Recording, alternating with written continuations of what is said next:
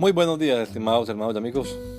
Una vez más estamos aquí con ustedes con deseo de saludarles en el nombre admirable, nombre glorioso, nombre sublime, el nombre de nuestro gran Dios y Salvador Jesucristo, el Señor. Esto es Sembrando con Fe y Esperanza. Bienvenidos.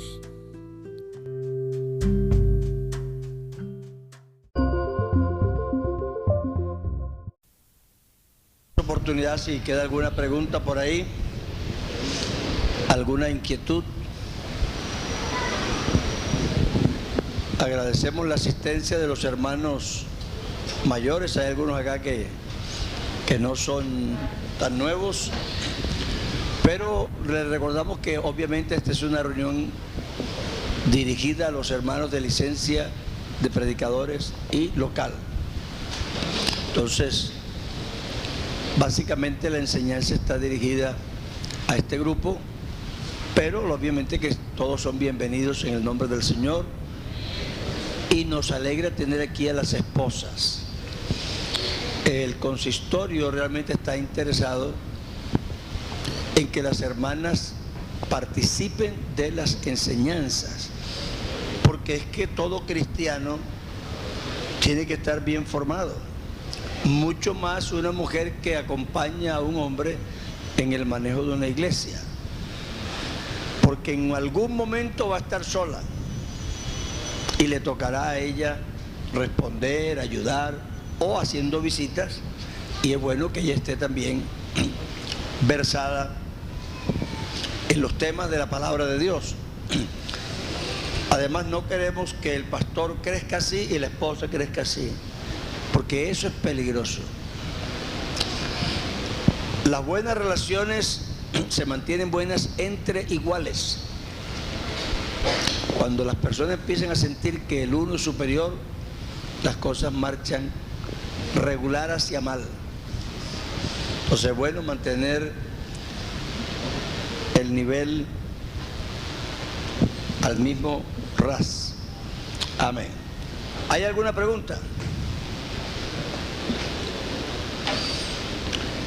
Vea, si no la tiene, no está obligado a hacerla, pero siéntase en libertad de hacerla. Aunque le suene a usted una torpe pregunta, no importa, porque estamos sacando un tiempo con ese propósito. Así que el que tenga una pregunta, una inquietud, la hace, no ha pasado nada, intentaremos darle una respuesta. Aquí estoy yo y otros compañeros, y lo que no pueda hacer yo aquí entre todos lo hacemos, ¿cierto? Pero no se vaya usted con esa inquietud, porque no está bien. Ahora, si no tiene ninguna pregunta, tampoco no, búsquese una, tampoco, pero ojalá que se sienta en libertad de participar. Vamos para la lección 3. Elementos que fortalecen la vida espiritual. Elementos que fortalecen la vida espiritual. Segunda de Timoteo 3:17. ¿Quién lo tiene a la mano? Segunda de Timoteo 3:17.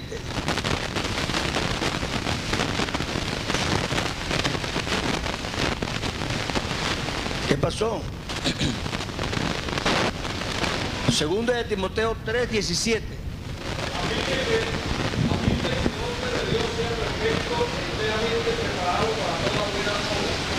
A fin de que el hombre de Dios sea perfecto, enteramente preparado para toda buena obra. Así que fíjense que el propósito es que sea enteramente preparado.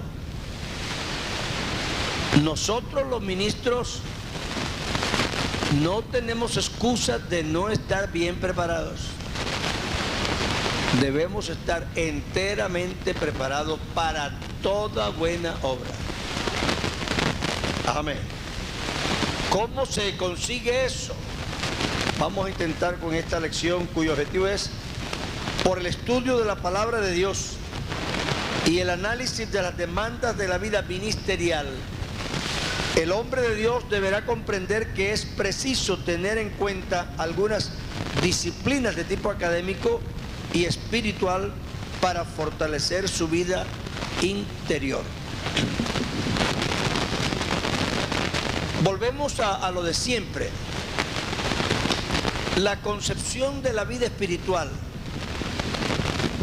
Las personas a veces tienen una concepción espiritualista.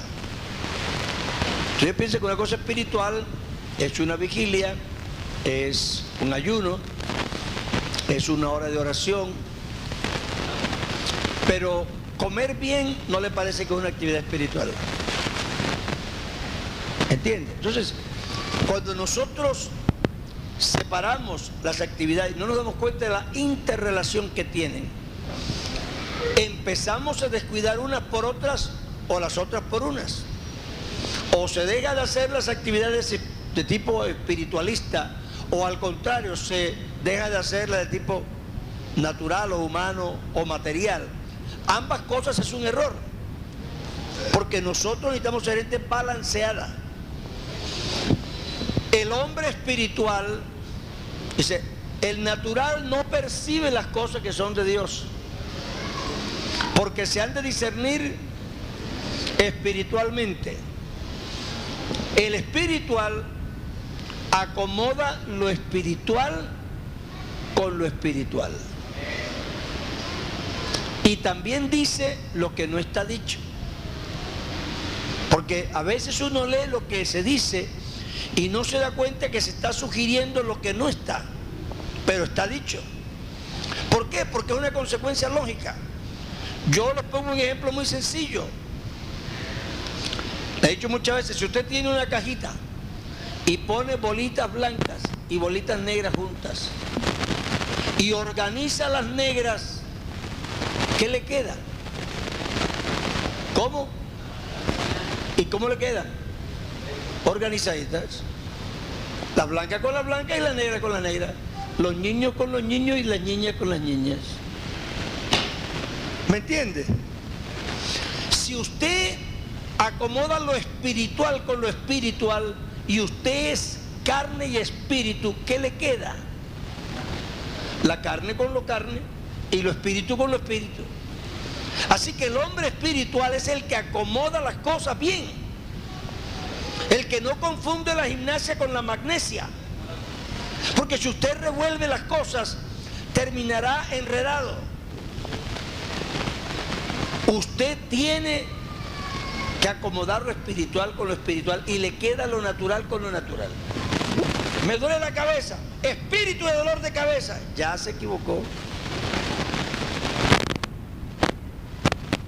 Acomode lo espiritual con lo espiritual y lo natural con lo natural. ¿Qué habré comido?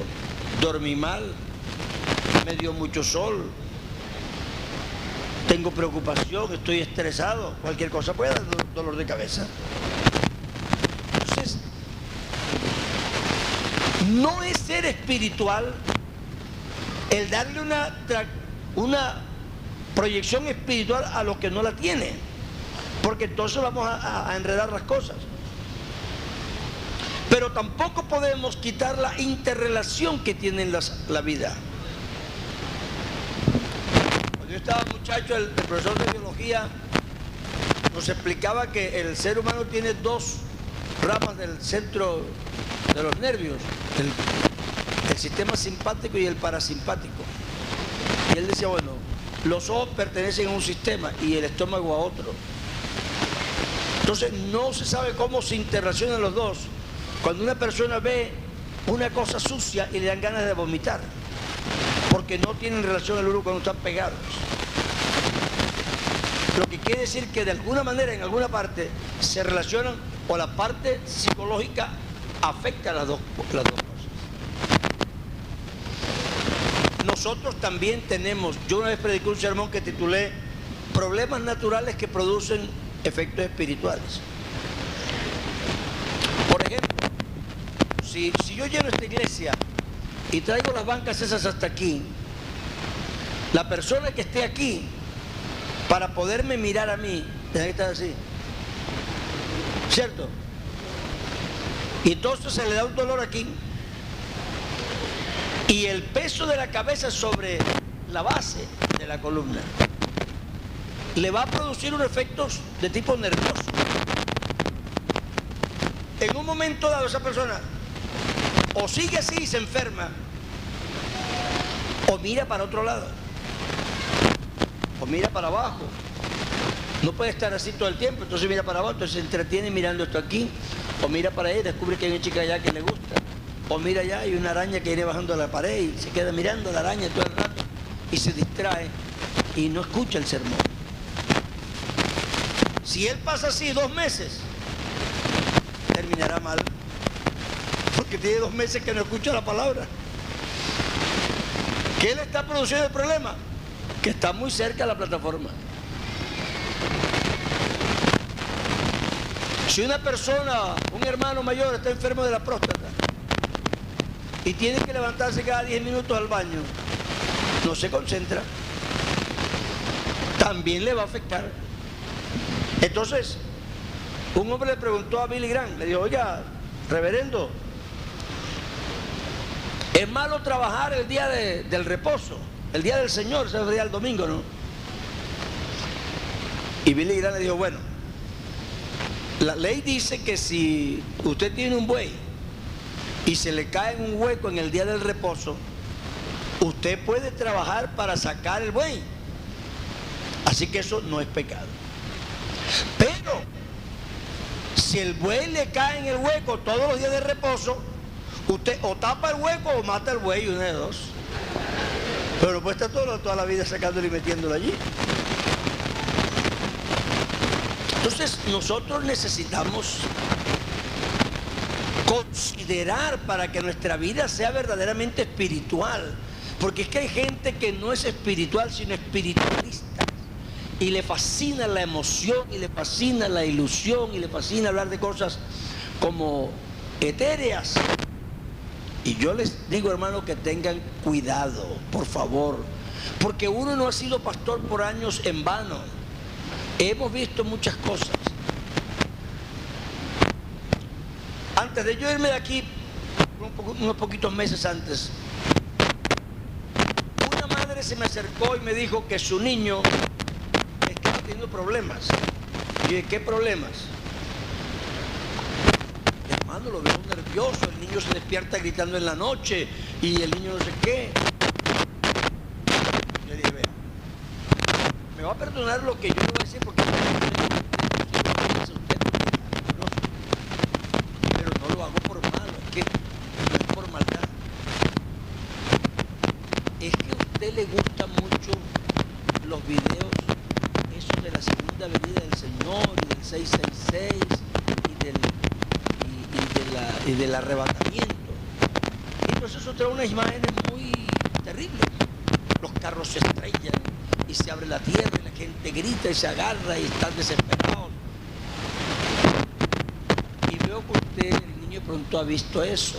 Me dijo: uy, hermano, él ve ese video casi todos los días.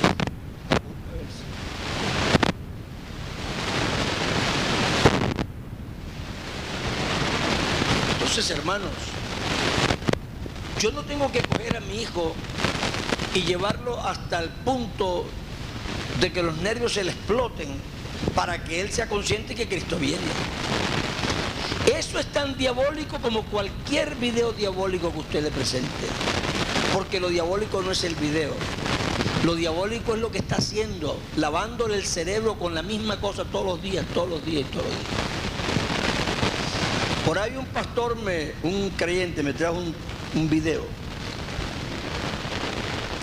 de eso de Walt Disney. Y hermanos, que los videos estos diabólicos, que mire, que los niños, que tal. Bueno, uno no puede tampoco discutir que algunas cosas tengan influencia en las personas, pero,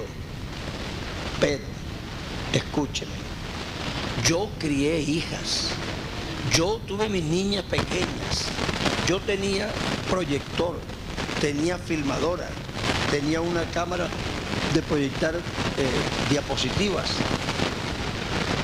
¿Cuántas películas tuvieron mis hijas en toda la vida?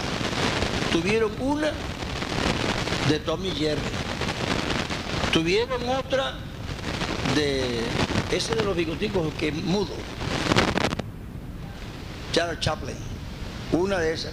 Y tenían otra que era un osito que se caía y caminaba con una muleta. ¿Sabes cómo son los dibujos animados? Que con un animalito y lo maltratan y lo maltratan y lo maltratan hasta que el pobre ya... Esos fueron los 3 videos que ellos tenían en toda la vida. Y por allá de vez en cuando me dice, papi, vamos a ver un video, ¿no hay qué? Sacábamos uno de los 3, le mostraba eso y ya. Pero ese hermanito, ese pastor que publicó el tal problema de los videos de Walt Disney, su hijo tenía 300 videos de Walt Disney.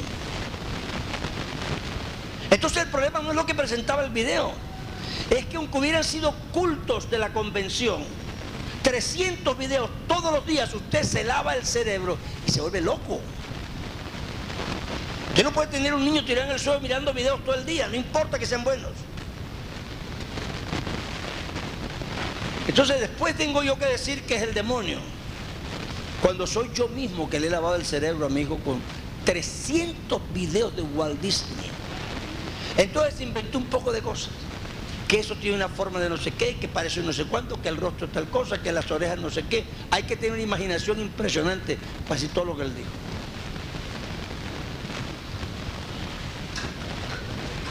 Pero eso es porque no tenemos una vida balanceada.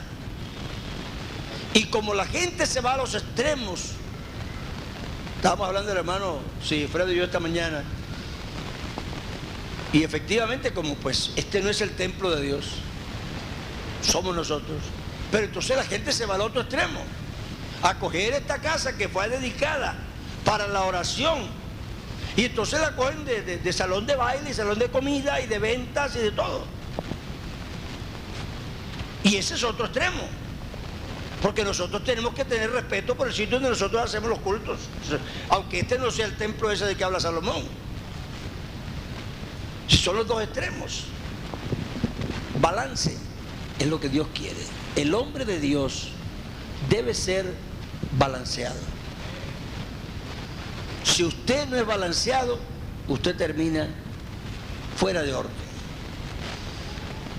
La Biblia hace un énfasis muy grande en el estudio de la palabra. Y le voy a decir en el temor de Dios esto. Usted no encuentra ningún tema, escúcheme lo que voy a decir, ningún tema, ni siquiera el de la unicidad, ningún tema al que se le dedique más espacio en la Biblia que al estudio de la palabra de Dios. El capítulo más largo que hay en la Biblia es el Salmo 119. ¿Y cómo es que se llama eso? Acrósticos, ¿verdad? Está hecho con cada letra del alfabeto hebreo, un trozo que habla sobre la palabra de Dios. Y las recomendaciones, que algunas se conectan con la unicidad, pero que no era el tema la unicidad, hablan de la enseñanza de la palabra. Capítulo 4 y 6, o de 4 al 6 de Deuteronomio, hablan de la enseñanza de la palabra. El libro de Proverbios básicamente nos hace pensar en la sabiduría, en la ciencia, en el conocimiento, todo eso. Así que la Biblia está llena, y no podemos evadirnos a ellos. Cualquiera persona que ponga otro tema por encima se está equivocando. Porque además es que es en la Biblia donde usted encuentra todos los otros temas. Es que estudiando la palabra de Dios que usted va a encontrar sobre el Espíritu Santo, sobre la unicidad, sobre la sanidad, sobre todo. Es ahí que está todo.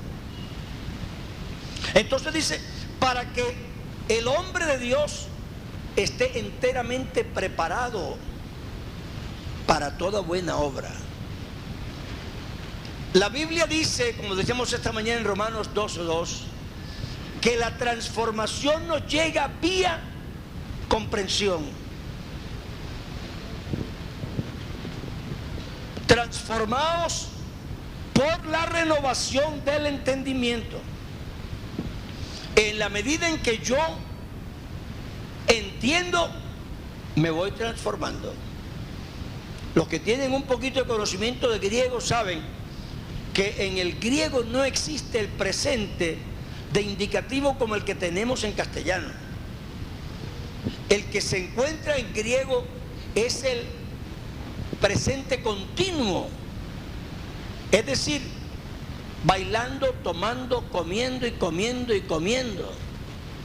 Así que el versículo que dice, conoceréis la verdad y la verdad os hará libres, usted encuentra alguna versión que dice, y proseguiréis en conocer la verdad, es decir, conociendo, y seréis y permaneceréis siendo libres y libres y libres y libres y más libres. Así que en la medida en que uno conoce la verdad, se libera. Eso nosotros no lo podemos cambiar porque está así en la palabra de Dios. Eso no le quita importancia a otros temas, pero eso pone las cosas en su perspectiva adecuada.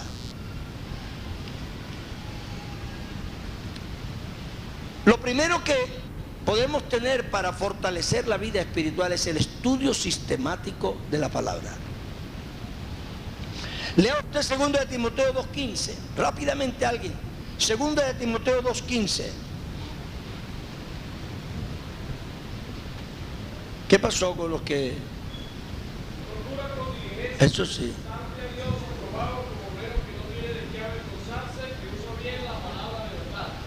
Procura, ve las palabras que se usan, porque el Espíritu Santo escoge las palabras. Procura. ¿Qué quiere decir procurar? Que lo haga accidentalmente, por ahí cuando se presente la ocasión. No, procura con diligencia. Agréguele otra palabra que refuerza esa idea. Procura con diligencia presentarte a Dios aprobado como obrero que no tiene de qué avergonzarse, porque traza bien, hace trazo recto de la palabra de verdad. La vergüenza del obrero es que a veces no traza bien la palabra de verdad y coge un versículo y quiere hacerlo decir lo que el versículo no dice. Desgraciadamente nos dividieron la Biblia en versículos y lo que se hizo para bien a veces ha redundado para mal, porque la gente coge un versículo y lo separa de todo como si existiera solo. La doctrina sobre la justificación por fe se desproporcionó porque la gente desvinculó Romanos 5:1 de todo el capítulo 4, y eso no se puede hacer. Y se han dicho cosas que no son verdad, y le han dado a la fe una importancia que la Biblia no enseña,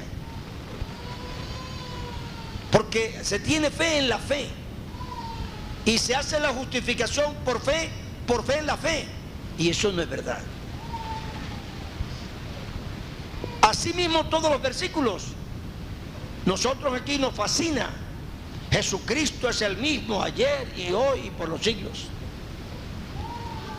Pero ese versículo no es fuente, sino conclusión. Ese versículo es una conclusión. ¿Y de qué? De una consideración que para nosotros es muy importante. Considerad a vuestros pastores que os hablaron la palabra, cuál haya sido el motivo de su éxito. Imitad su fe, porque Jesucristo es el mismo de ayer, de hoy, por los siglos. En otras palabras, el que ayudó a tu pastor, a ti también te ayudará. Eso es lo que quiere decir.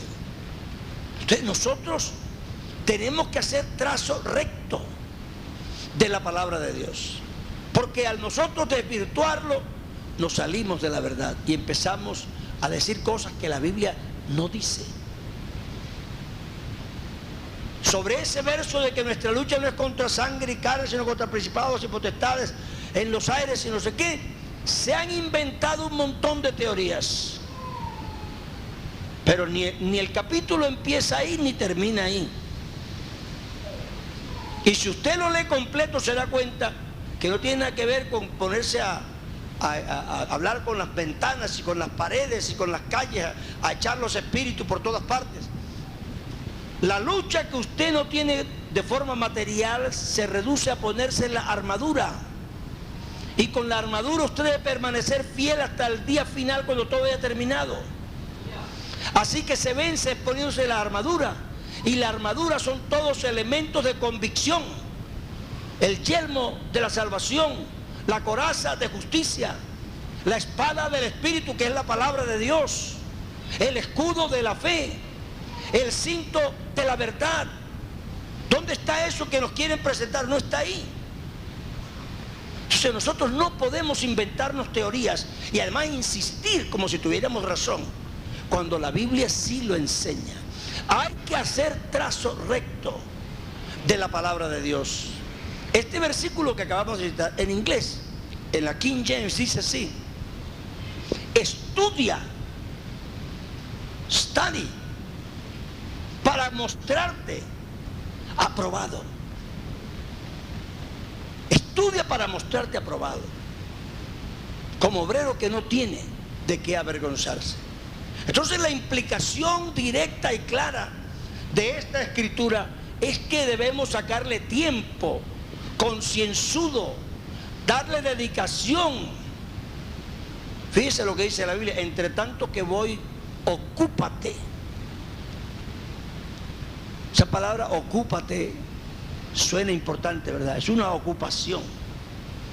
Ocúpate en la lectura. Yo de verdad que a mí me gusta leer mucho. A mí me gusta es alabar al Señor. Y está bien que alabes al Señor. Gracias a Dios que aquí no creo que haya nadie que me acuse que no me gusta cantar. Porque esta tarde no canté antes de empezar porque ya la garganta no me da más. Pero me fascina cantar. Pero porque me fascine cantar no le voy a cambiar la importancia a la palabra, porque eso no puede ser. Fíjese usted, ¿cuántos de ustedes saben que Daniel fue un varón que se puso a orar para que Dios le diera la revelación? ¿Cuántos saben? Levanten la mano si lo saben.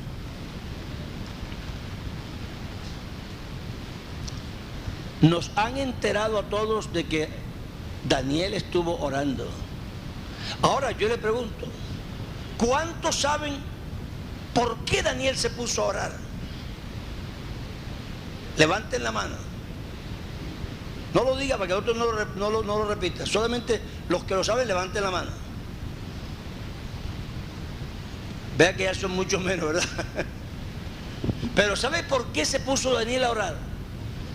Porque leyó atentamente en los libros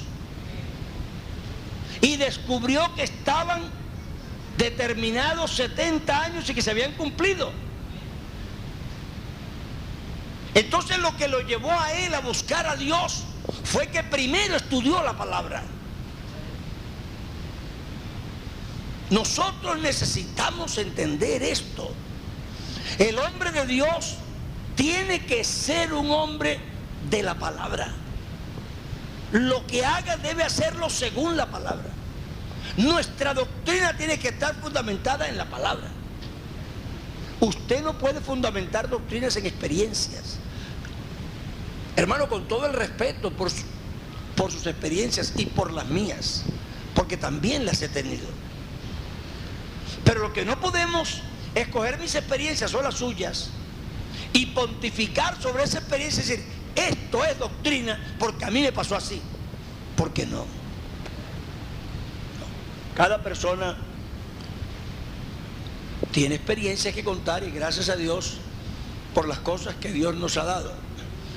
Pero lo que sirve de nuestro apoyo y nuestra ancla es lo que la palabra de Dios dice. Entonces vamos a sacarle estudio permanente a la palabra de Dios.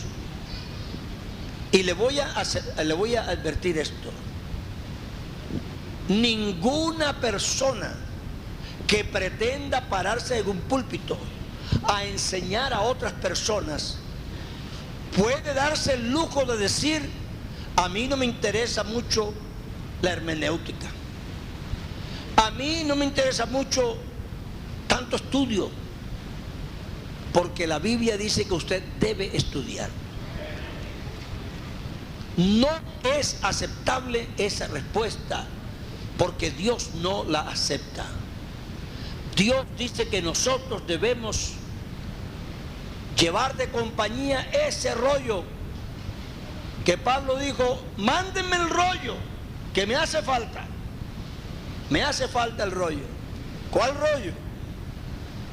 El de las Sagradas Escrituras.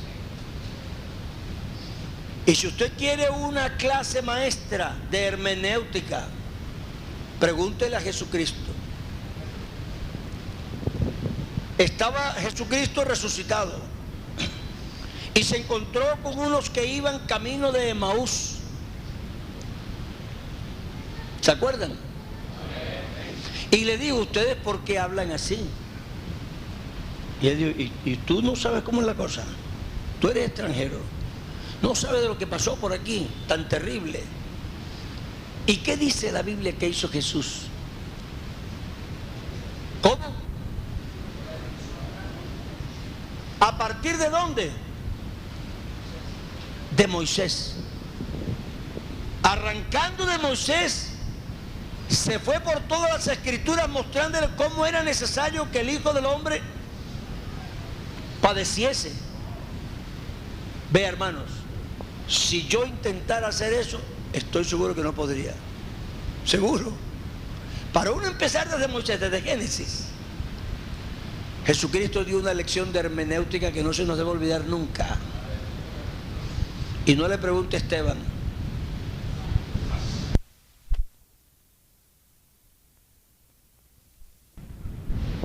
Entonces nosotros tenemos en la palabra ejemplos muy lindos de hombres que dominaban la palabra de Dios y la usaron correctamente. Nosotros debemos intentar aprender. De pronto nunca lleguemos a ser tan excelentes como Esteban, o tan buenos como Jesucristo, porque es que francamente, pues, me perdonan la arrogancia. Es que con Jesucristo, ¿quién se va a comparar? Pero Jesucristo, a partir de Moisés, le explicó las escrituras. Eso se llama hermenéutica. Entonces nosotros no podemos darnos el lujo de decir que hay otras actividades más importantes y que por eso nosotros le sacamos menos tiempo, porque eso nunca va a dar una vida espiritual balanceada, nunca. Bendito sea el Señor. Aquí hay unos pequeños consejos de cómo hacer un estudio sistemático para que sea productivo. Entonces, vamos a repasarlos. Ustedes tienen hoy día muchas ayudas sobre este tema. Hay libros escritos muy buenos que explican, ayudan a la persona a cómo estudiar la Biblia. Entonces yo aquí no voy a descubrir que el agua moja, ni mucho menos. Les voy a dar un consejito, y hay otras cosas que ustedes pueden encontrar para organizarse y estudiar. Pero creo que estos son muy simples. Primero, léase el libro completo para tener una visión de conjunto. Sabe que hay muchas Biblias ahora que vienen con una introducción. No es malo leerse la introducción. Ahora, entienda que esa introducción no es la Biblia. El que la escribió no fue Dios, pero está una orientación buena, como para usted tener una idea de cuál es el tema general del libro. No sé si ustedes alcanzaron a ver aquellos dibujos que hacían en computadora, que le ponían uno así y uno no veía nada. ¿Se acuerdan? Ustedes nunca vieron uno de esos. Y le decían: mírelo, mírelo. Y hasta que póngase visco para que se vea algo ahí. ¿Cómo? Tridimensionales. Sí, como unos hologramas parecían. Entonces uno ya casi no se ve. Y uno se los quedaba mirando y mirando y mirando, y al fin como que empezaba a ver algo. Yo alcancé a tener uno en la casa, no sé qué se hizo. Pero cuando uno tiene una visión panorámica y ve el cuadro completo, uno ya tiene una idea de cómo es lo que se va a tratar. Entonces, cuando usted tiene una idea general, usted puede empezar a ver las partes, pero si usted empieza a ver las partes primero, le quedará el ojo así de grande y el cuerpo así de chiquito. Póngalo en perspectiva, porque si no, se le descuadra la pintura. Nosotros hemos enseñado, básicamente, las dispensaciones, ¿cierto? ¿Qué es una dispensación? Los que han estado en el Instituto Bíblico. Un periodo de tiempo que ¿qué? Se oye, no se oye nada. Periodo de tiempo en el que Dios trata con el hombre de una forma definitiva, determinada. Comienza con un pacto y termina con un juicio. Que esas medidas sean estrictas, no lo son, no lo son. Pero el principio sí es verdadero. El principio sí es verdadero. Dios en diferentes etapas de la humanidad trató con el hombre de diferentes maneras. Hizo un pacto con él y terminó ese periodo con un juicio. Eso básicamente es verdad. Las cosas que se dijeron en este periodo de tiempo fueron teniendo en cuenta el pacto que se había hecho. Yo no puedo exigirle a usted que me responda por lo que usted no se ha comprometido conmigo. Entonces, nosotros tenemos un pacto y en ese pacto hay una exigencia. Y Dios le va a exigir a esa persona prácticamente lo que se acordó. Lo que no se acordó, Dios no se lo va a tener en cuenta. El caso de la esposa de Moisés. En el camino le salió el ángel para matar al niño. Y ella corrió con una piedra de pedernal y lo circuncidó. Le cortó el prepucio. Y el ángel no lo mató. Eso es lo que Dios había exigido, eso es lo que aceptó. Pero esa señora que circuncidó al niño,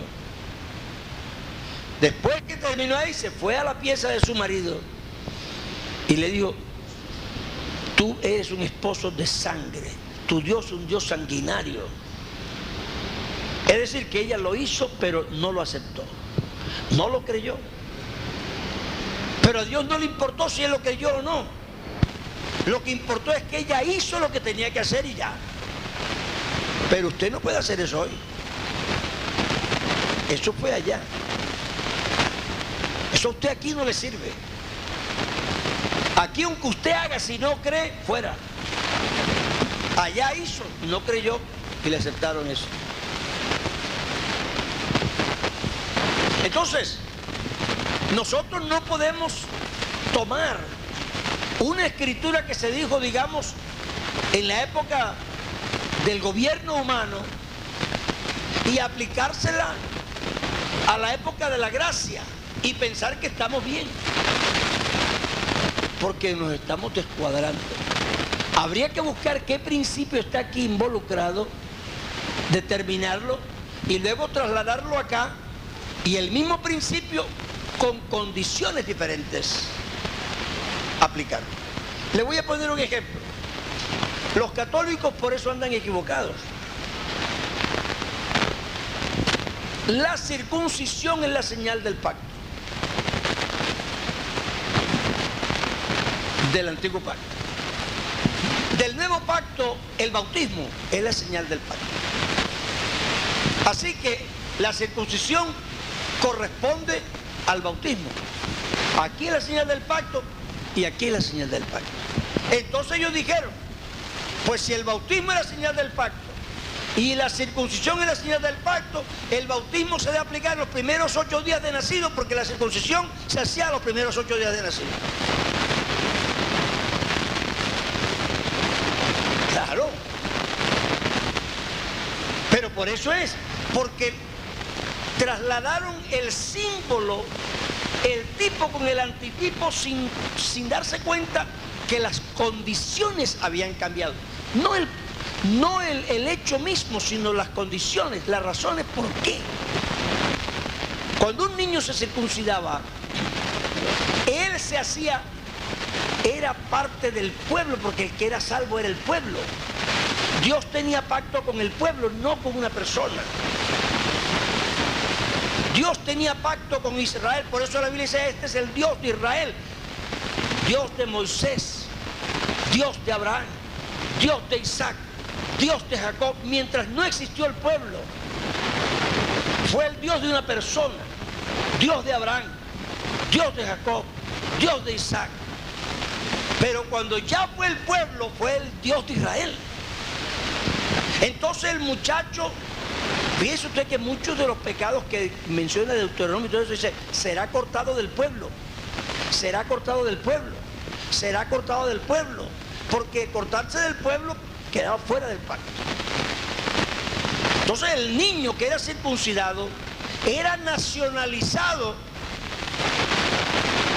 con la circuncisión y quedaba bajo el pacto.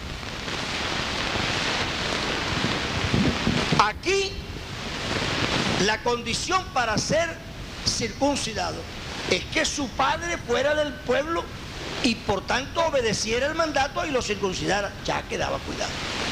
Pero acá la señal del pacto se le aplica al que cree, se arrepiente y se convierte.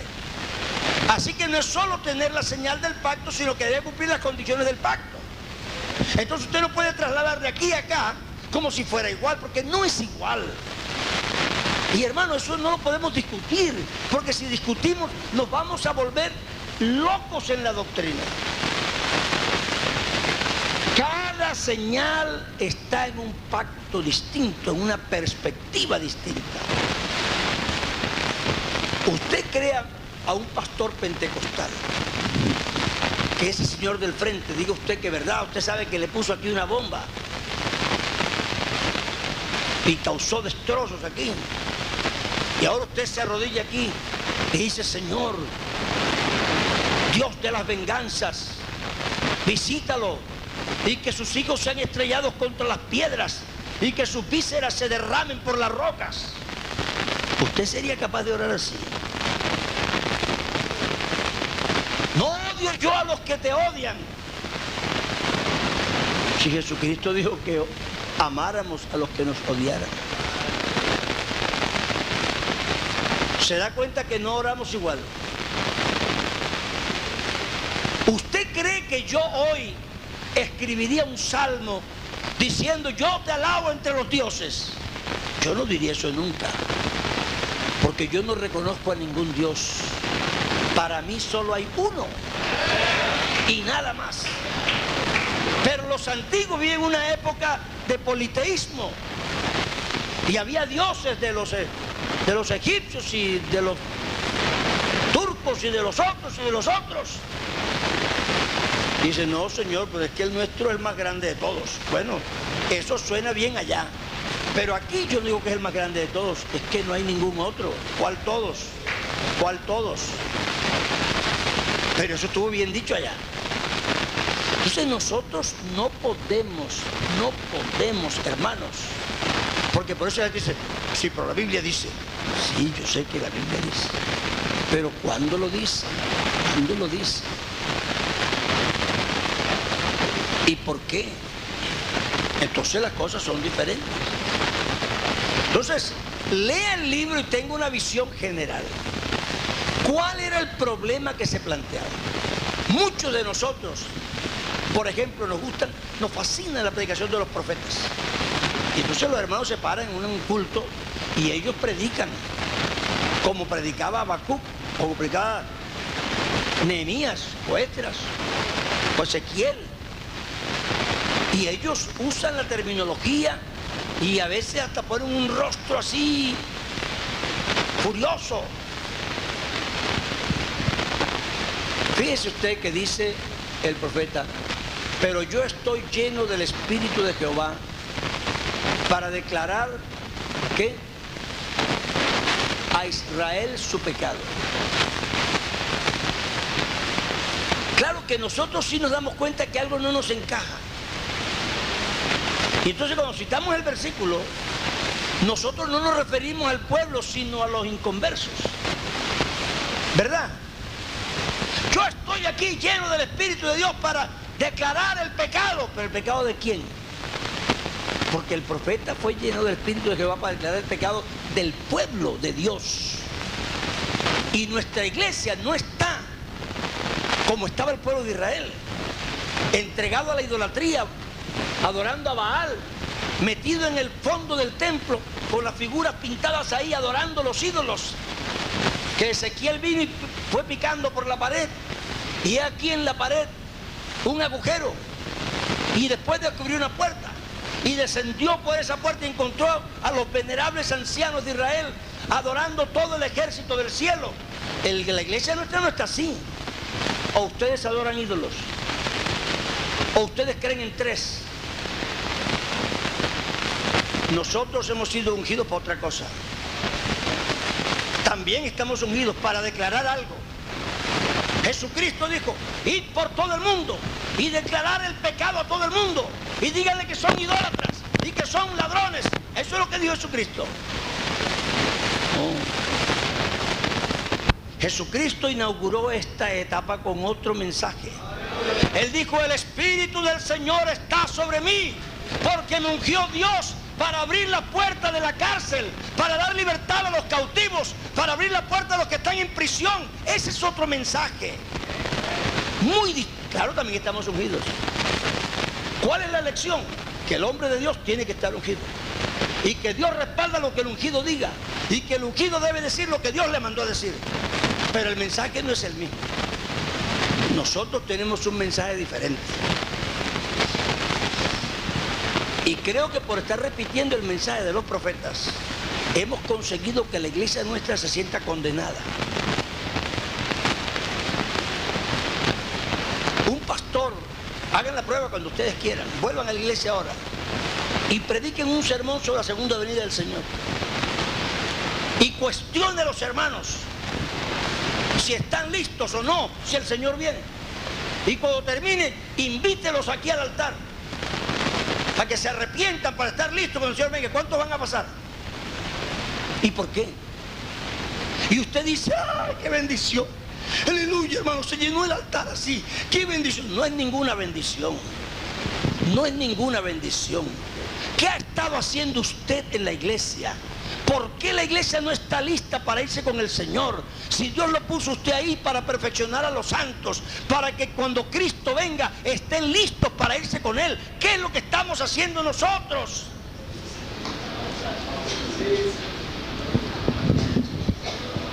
Es nuestro trabajo preparar a los santos para cuando Cristo venga. No cuestionarlos, prepararlos. Enséñeles cómo pueden estar listos cuando Cristo venga. Y usted también, usted mismo, siéntase seguro. No porque usted dice: no, yo estoy seguro, no importa lo que pase. No, tiene que tener base bíblica. Tiene que tener base bíblica. Pero si yo tengo 20 años y estoy haciendo una iglesia, ¿cómo es posible que después de 20 años esa iglesia no está lista? Entonces, hermano, ¿qué es lo que estamos haciendo? Permítame hacerle una pregunta. ¿Cuándo cree usted que la iglesia va a estar lista para irse con el Señor? ¿Ustedes qué creen? ¿Ustedes qué creen? ¿Que Cristo puede venir esta noche, sí o no? Entonces, el mensaje que tenía para mañana de la segunda venida del Señor, mejor es que esté listo hoy. Porque si Cristo viene hoy, se van a quedar. Para mí eso es serio. Le voy a decir por qué. Porque nosotros que salimos del catolicismo, uno de nuestros argumentos fuertes cuando testificábamos, ¿sabe qué era? Nosotros decíamos: vea señor, vea señora, usted está seguro seguro que Cristo lo salvó, que usted está salvo, si usted se muere ahora, ¿usted cree que se va con el Señor? Y decían, bueno, hijo, eso no lo sabe nadie, hay que esperar después de la muerte, y si no, uno va al purgatorio. Y uno le decía, no, señor, usted tiene que estar seguro ahora, si se muere ahora tiene que estar seguro. Entonces, hermano, toda esa gente que pasó al altar, si Cristo hubiera venido la noche anterior, se hubieran quedado. Entonces, ¿cuánto realmente nos ganamos nosotros? Qué tristeza, ¿verdad? Usted sabe lo que es que yo vea que Cristo venga y se va alguien de la iglesia 8 o 10 de los 200 o 300 que tengo ahí. Eso no es un éxito. Nosotros tenemos que tener mucha claridad sobre lo que la Biblia enseña. Lea el libro y tenga una idea general para que sepa a qué se refiere el libro en general. Una vez que tenga una idea general, empieza a desglosar los temas que trata el libro, sin olvidar a qué hacen referencia. ¿A qué hacen referencia? Porque si usted se olvida a qué hacen referencia, le va a dar una interpretación que no tiene nada que ver con lo que el escritor trató de decir. Le preguntaron a Jesús, ¿quién es mi prójimo? Jesús dijo, bueno, un hombre descendía, ¿de dónde a dónde? Iba para abajo, de Jerusalén a Jericó, y cayó entre ladrones, y lo dejaron medio muerto. Y entonces pasó un sacerdote de lado, pasó un levita de lado, y pasó un samaritano. Y viendo al hombre allá, fue movido a misericordia. Bajó de su cabalgadura, lo tomó, le lavó las heridas, le vendó las heridas, lo puso en su cabalgadura, lo llevó al hotel, pagó por él y le dijo al mesonero, cuídalo, y si gasta algo más, con Dios venga, te lo pagaré. Y la gente ha hecho de eso porque Cristo esto y Cristo lo otro, y Cristo es el buen samaritano. Terminan diciendo que Cristo es el buen samaritano.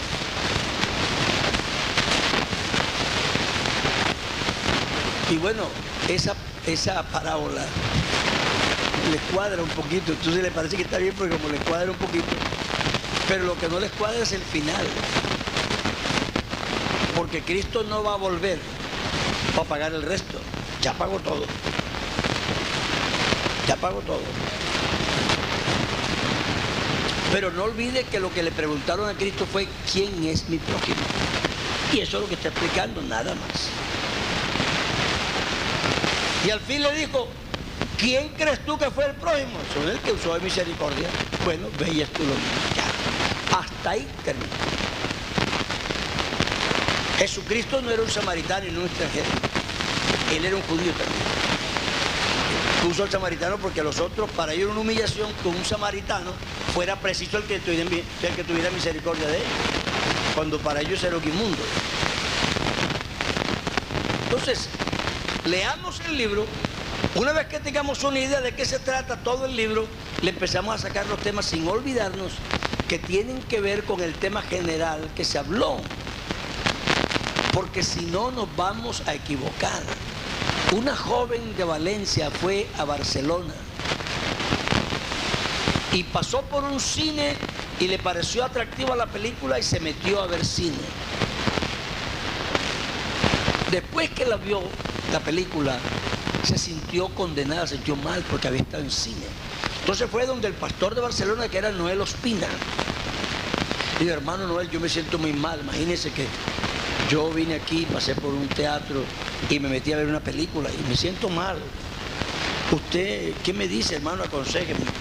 Le dijo, hermanita, la Biblia dice que es imposible que los que probaron el don celestial y vuelven a recaer sean restablecidos.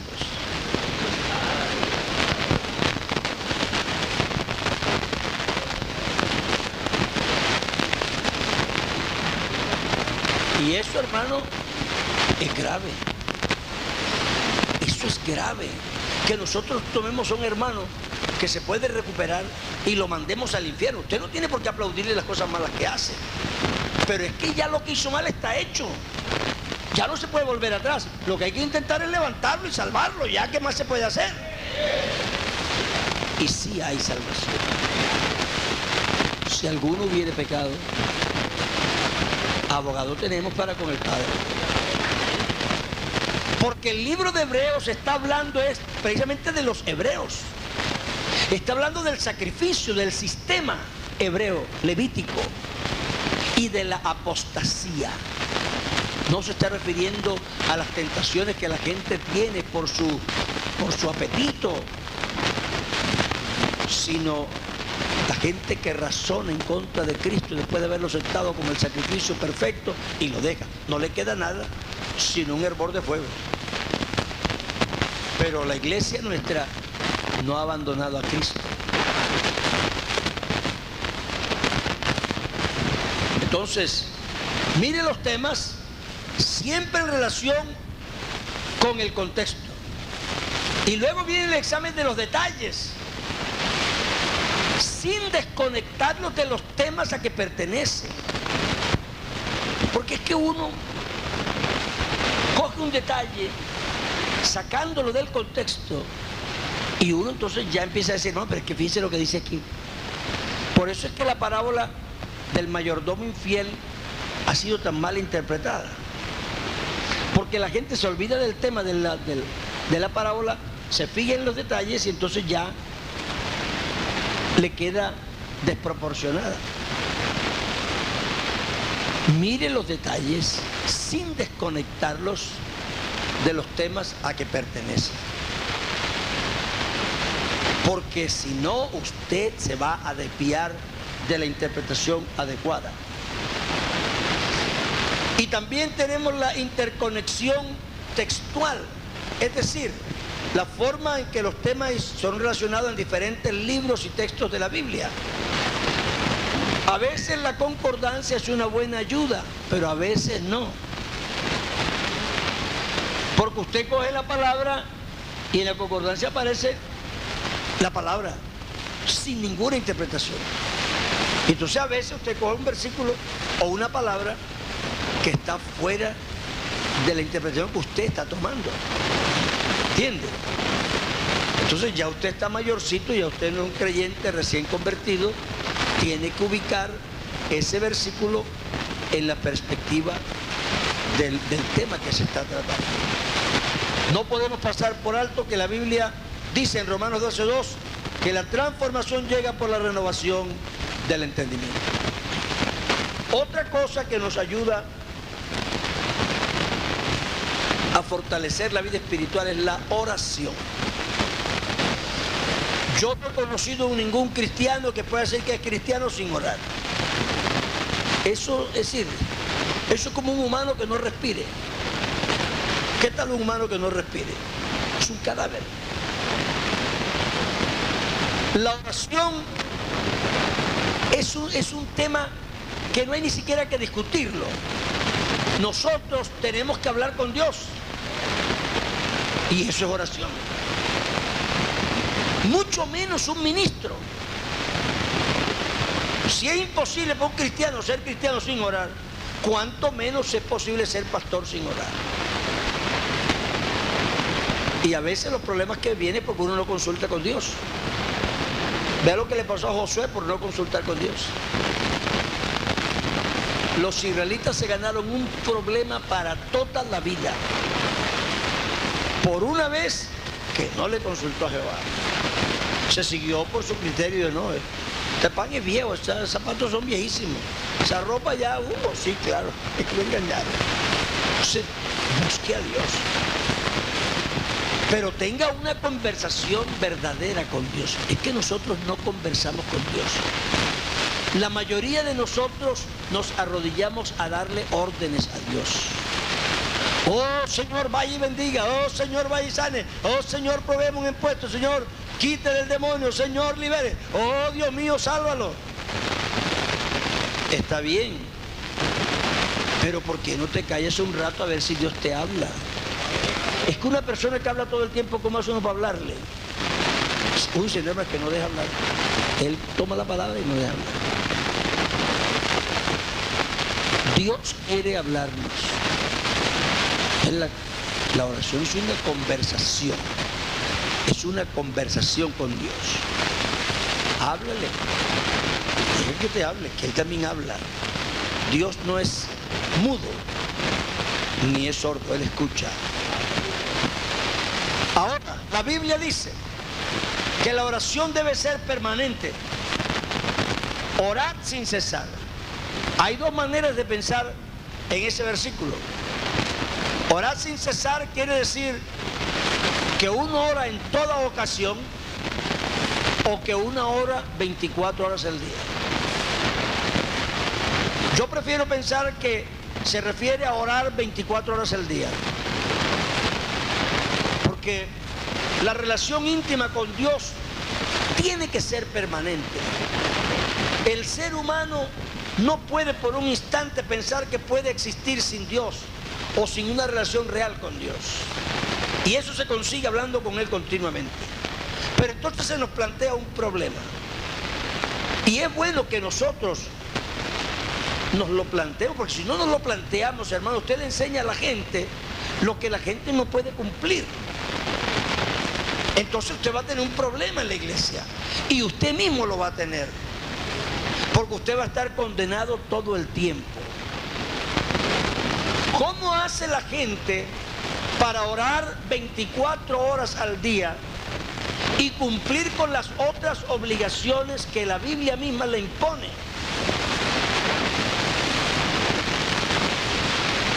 Aquí yo quisiera hacer una anotación. Yo creo que a veces nosotros somos muy injustos con el pueblo, porque un creyente no lleva la misma vida que yo. A mí me pagan para que yo esté aquí. He estado aquí todo el día, ustedes también. Pero ¿dónde han estado los creyentes? Ah, no, hermano, hay que orar 24 horas al día, véngase a la iglesia. Bueno, está bien. ¿Y mañana qué? Yo creo que nosotros sí tenemos que pensar con racionalidad sobre lo que la Biblia dice. Porque uno muy fácil se pone a discutir. No, es que la Biblia dice así y es así. Ok, es así, sí, cálmese, con calmita.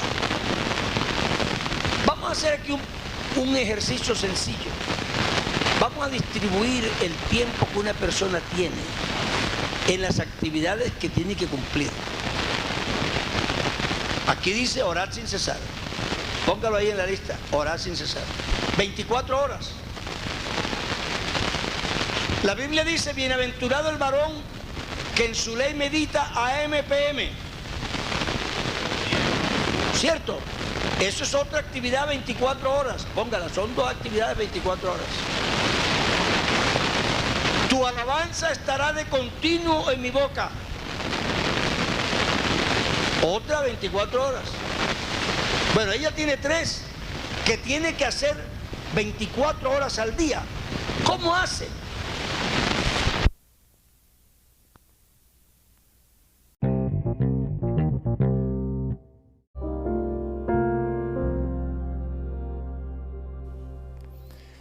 La Iglesia Pentecostal Unida Latinoamericana en Baltimore, nos estamos reuniendo en la 8301 Liberty Road. 8301 Liberty Road, Windsor Mill, Maryland 21244. Y nuestras reuniones son los días domingo a las 8 de la mañana. Domingo 8 de la mañana tenemos el servicio de adoración, alabanza y enseñanza de la palabra de Dios. Venga juntamente con su familia y allegados. Serán todos bienvenidos a nuestra reunión dominical. Recuerde, Jesucristo es el verdadero Dios y la vida eterna. Primera de Juan 5:20. Y si otros días madrugamos a buscar la comida que perece, ¿por qué no hacerlo el día domingo para buscar la comida que a vida eterna permanece? Le esperamos.